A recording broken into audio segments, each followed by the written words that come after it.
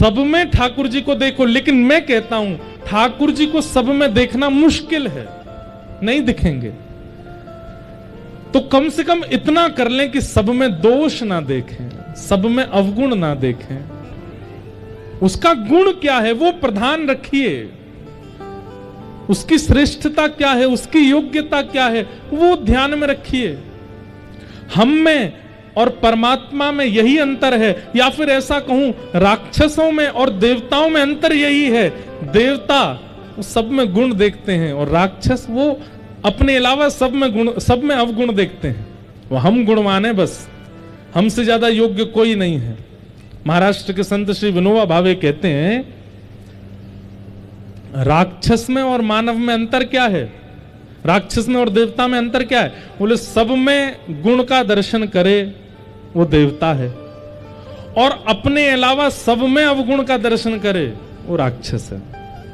उसको लगता है मुझसे बढ़िया कोई नहीं है, मैंने ये किया, मैंने ये किया, मैंने ऐसा किया, मैंने ये किया, बाकी तुमने क्या किया, तुम्हारा कोई कर्तव्य कर्म थोड़ा ही है।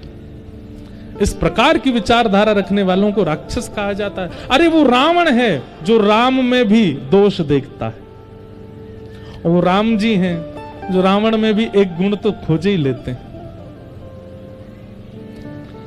सब में भगवत दर्शन नहीं कर सकते तो कम से कम सब में गुण देखो, सब में गुण का दर्शन करो।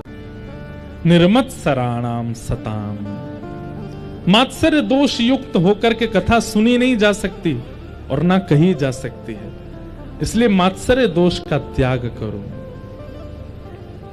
और तीसरी बात क्या कहते हैं भगवत जी, हमारा किससे संबंध कराती हैं?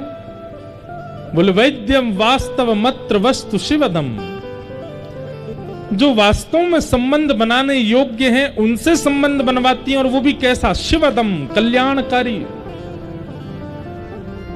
इस संसार में वास्तव में संबंध बनाने योग्य केवल एक हैं, श्री कृष्ण।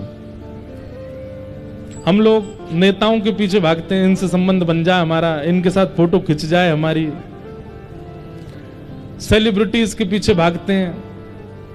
पर आजकल जमाना बदल रहा, अब युवा कथाकार संतों से कहते हैं हम हमारे संग एक फोटो खिंचवा लो महाराज जी, ये अच्छा है। हम अभी जोधपुर में थे तो एक दिन वहां के महाराज जी हमको बोले, मैंने कहा महाराज जी हमारी वजह से बहुत अव्यवस्था हो गई है, थोड़ी भीड़ बच्चों की ज्यादा हो जाती है।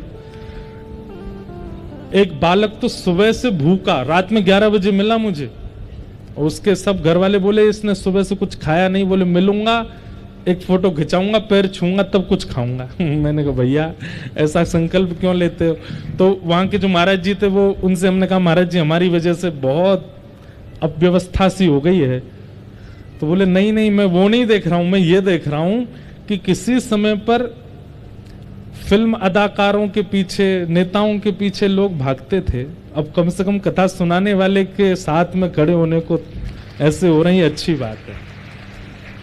बोले इन युवाओं को चरस गांजा मदिरा पीने वालों के साथ फोटो खिंचाने का शौक होता था, अब हरी कथा सुनाने वालों के साथ शौक है, तो ये अच्छी बात है।